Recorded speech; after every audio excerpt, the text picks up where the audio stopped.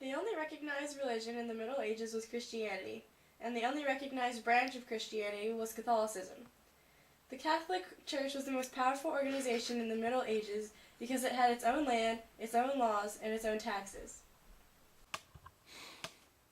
The word Catholic comes from the Middle English word Catholic, the Old French word catholique, and the Latin word Catholicus, meaning universal or whole. Because back then, you weren't just Catholic. You were Catholic with a K!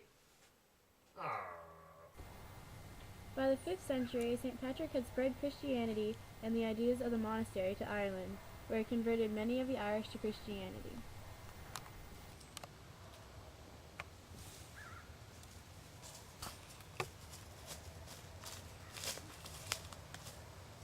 Be healed!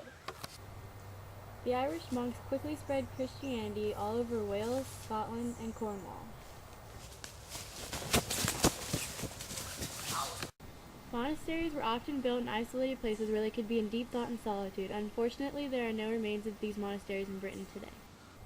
The Benedictine rule was brought about in 529 AD and stated that monasteries would be a community of people living and working in isolation from the outside world.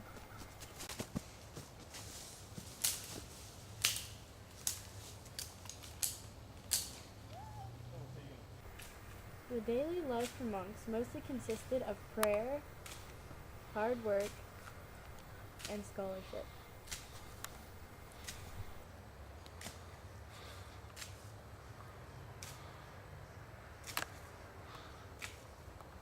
Monks would meet in prayer meetings every 3 hours for 24 hours a day, every day.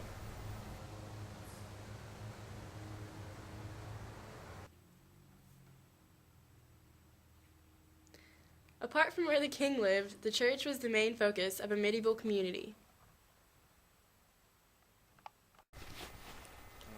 The priest's usual duties were to lead church services,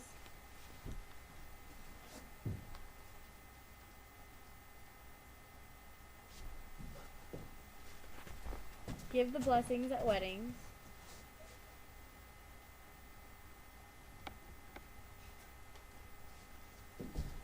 baptize newborns,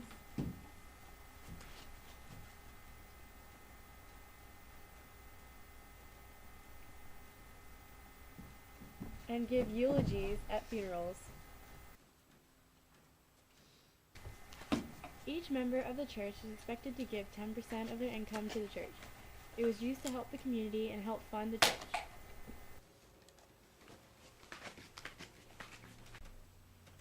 Churches not only served as a place of worship, but a place of fortitude during times of war. And sometimes things get a little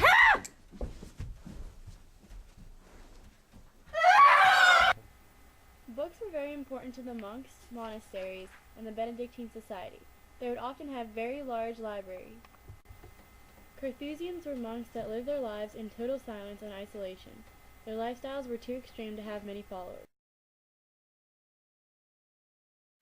So imagine you're in the Middle Ages, and you just happen to do something wrong to the Catholic Church. You're going to get hurt, and you're going to get hurt bad. One of the ways the Catholic Church punished people was using a device called a head vice.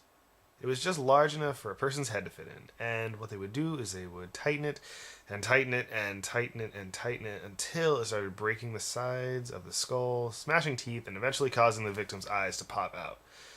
Very messy, cruel and unusual, very effective though. Catholic Church used it more than once. That's an example of what it looked like. And then another method of torture, implemented by the Catholic Church at the time, was called the lead sprinkler, which did, what else? Sprinkle lead. Molten lead on the skin, which would burn its victims, punishing them, but not necessarily killing them. The molten lead was kept in the ball-shaped end and came out of the holes.